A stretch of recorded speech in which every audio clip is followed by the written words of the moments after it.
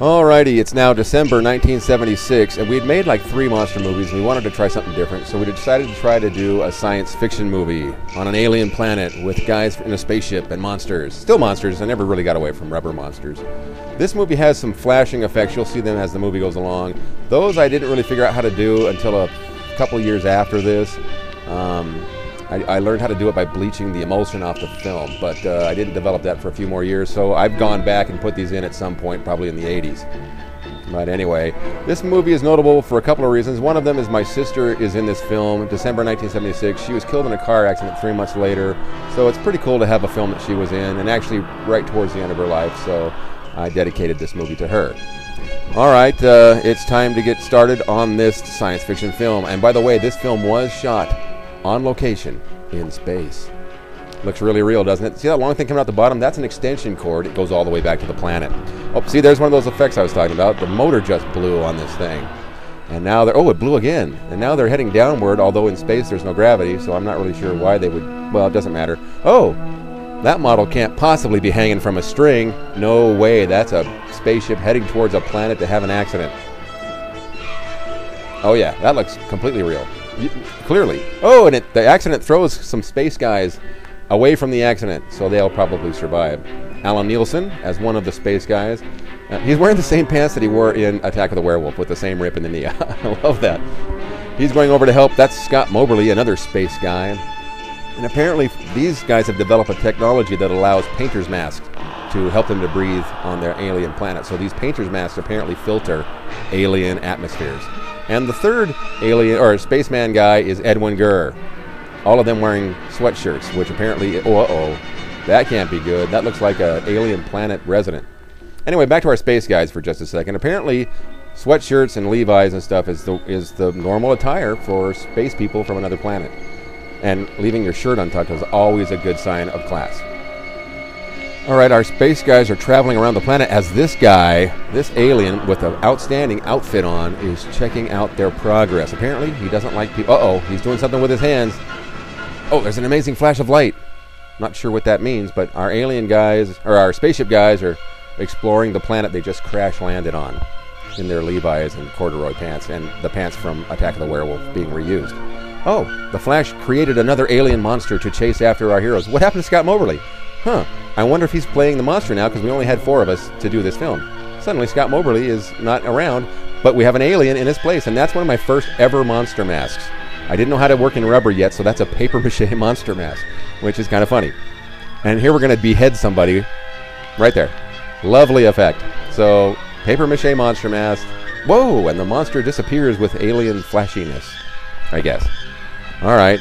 Oh, another monster has gone after Edwin Gurr. Apparently we missed that, but Edwin Gurr has now been killed, so he can play all the monsters from now on, because realizing that Scott Moberly shows up all of a sudden. Realizing that Scott Moberly should just disappear. Oh, they have a burial and a little prayer. Wasn't that nice? That was really nice. That made me feel warm and fuzzy. Alright, what's left of our alien visitors.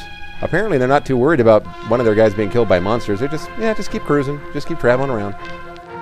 Interesting how an alien planet has trees and blue skies and stuff just like our planet. But anyway, that's not really important right now.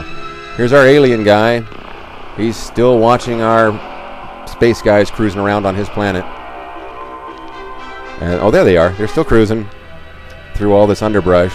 This is, by the way, the same field that we used in Attack of the Werewolf and the Undercover Cops, by the way, in case you're wondering. And yes, I will do that cliff fall again, but don't worry about it. All right, he's doing his special alien flash thing. Usually when he does that, that means he's created some other monster to attack our guys. Oh, look, there he is. Apparently all we had was 1 sheet for a costume for monster guys, so they all wear the same sheet. And he's going to... This is funny. He misses them and falls down the hill. So let's cut. Okay, now we'll have a fight with with the alien guy. All right, then. Big battle. Impressive stunt work. Would have been nice if the camera was a little closer. Oh, that's good. Zoom it in now. Okay, fight it out. Oh, he disappears in a flash of light. Apparently he didn't want to get crushed between the 2 space guys. All right, the space guys don't really know what's going on, but they got to keep moving because they don't know where they're going, but they're making great time. All right, then. Now, Alan couldn't... This is a new day. Alan couldn't make it anymore, so now I'm playing Alan. But I'm hiding behind Scott, so you can't really tell that it's me instead of Alan Nielsen. Meanwhile, the monster is heading back to his lair, which is up the side of this mountain, where we had the big climactic fight in the Undercover Cops movie, which is up there. And the monster's doing something with his hands, but he's got a captive up there. A non-monster person. It's my sister. She's being held captive by the monster. But anyway, our two guys are going to turn. Scott's going to turn and run right into me, which cracked me up. And then a monster appears with a flash of white light. And this is another paper mache monster mask that I made. And here comes my cliff fall, which happens in so many of these movies. That's right. I'm falling down the same cliff I've done in Undercover Cops, Attack of the Werewolf, and now Planet of Evil. Basically the same stunt right there. But Scott is coming down. See, I had to die because I'm not really Alan, so I have to be dead so that now Scott can go on. But now he runs into another of the residents of this planet, played by my little brother Neil, who is wearing 1970s clothes. Apparently on this planet, they were big fans of American clothes from the 1970s, just like the space guy. Well, I'm not sure what they're doing, but they're walking away from us. All right, then. Oh, Neil's trying to tell them that their queen, the princess of their planet, has been captured by the mutants of their planet. And see where he's pointing? He's holding her up in this... Oh, whatever. He's holding her up in his lair on the cliff.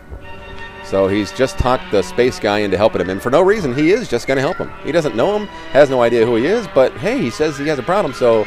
And, well, he has nothing else to do. His spaceship blew up, so I guess he might as well, actually help him after all. So they're trying to sneak up on the monster. All right, they're continuing to sneak up on the monster guy up on the cliff, who can, from way up there, can probably clearly see them, but they're trying to sneak up anyway. But my brother Neil, who is a resident of the planet, who is not a mutant, has a plan on how to sneak up on him, or how to get him. So he's going to lead the way, I guess, running right out in the middle of the open, which, of course, you couldn't possibly see them hiding out in the middle of the open like that. And they continue to sneak along because, like I said, the resident planet guy, Neil, has a plan. So they're going to continue to try to creep up on the monster who's way up on the cliffside. Okay. Now, I know you don't notice that telephone pole upper right corner, so clearly this is an alien planet, so that's good. As we sneak across this open area, again, hiding behind bushes to sneak up on the alien. I'll bet, if I'm not mistaken, they're going up to that same place where we had the fight in the Undercover Cops movie, but I could be wrong. As we continue to climb up the cliff off of Hawthorne Boulevard. But no, this is an alien planet. Sorry, I didn't mean to bring that up. I don't know why the alien, or the planet guy doesn't need a painter's mask, but the space guy does. But anyway. Yep, it's that same place up on halfway up the cliff. And they're sneaking up on the mutant alien guy. There he is, and there he's holding my sister Sandy, who's a princess or something. I don't know. He's holding her captive and not noticing that he's being snuck up on by these two guys right here. Which is okay, He's busy. He's got important mutant things to do, apparently. All right, then. Boy, this is taking a lot of time with the whole sneaking up thing. All right, still sneaking. Still kind of looking at the... Oh, the monster notices him. Does his flashing thing. That ought to create another monster somewhere here pretty quick. Oh, probably right about there. Now there's going to be another battle. If they ever catch up to him, which may take him a while. The monster's just going to stand there and wait for him, I guess. Okay. Oh, punch to the face. And now a battle. Rubbing Neil's head. Oh, and it's a slam down on Scott Moberly, the space guy. Now Neil's going to get him. Oh, no, Scott gets him. Now hit him in the face.